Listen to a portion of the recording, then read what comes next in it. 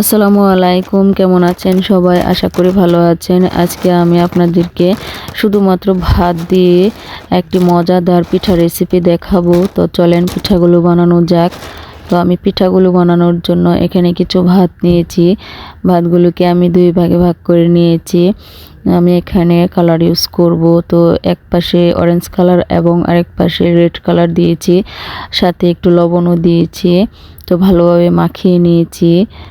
এখন আমি পিঠাগুলো বানিয়ে নেব। তো পিঠাগুলো বানানোর জন্য আমি পাটার মধ্যে কিছু ভাত ভালোভাবে বেটে মিহি করে নিয়েছি এবং একটি কৌটার ঢাকনার মধ্যে তেল লাগিয়ে এভাবে টান দিয়েছি। তো টান দেওয়ার পরে একটা পাতা ডিজাইন হয়ে আসছে।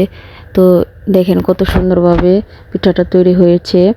পিঠাটা দেখতে কিন্তু অনেকটা তেজপাতা বা বাঁশপাতার মতো। তো তেজপাতা বা বাঁশপাতার মতো দেখা যায় বলে এই পিঠাটাকে আমরা তেজপাতা বা বাঁশপাতা পিঠা বলে থাকি।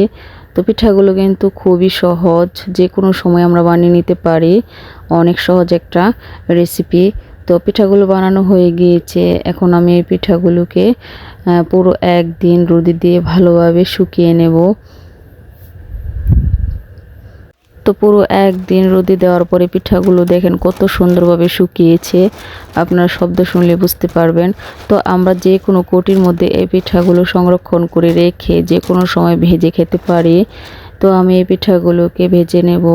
ভেজে নেওয়ার জন্য আমি কড়াইয়ের মধ্যে তেল দিয়েছি। তো পিঠাগুলোকে দিয়ে দেব। তো দেখতে পারতেছেন পিঠাগুলো কত সুন্দরভাবে ফুলে উঠেছে। আসলে এই পিঠাগুলো খেতেও কিন্তু অনেক মজা। শুধুমাত্র বাসি ভাত দিয়ে আমরা এত সুন্দর মজাদার একটি পিঠা বানিয়ে নিতে পারি। তো বন্ধুরা, আমার এই রেসিপিটি তোমাদের কাছে কেমন লেগেছে? যদি ভালো লেগে থাকে লাইক, কমেন্ট এবং শেয়ার করে পাশে থেকো। আজকে পর্যন্তই, ভালো থেকো সবাই।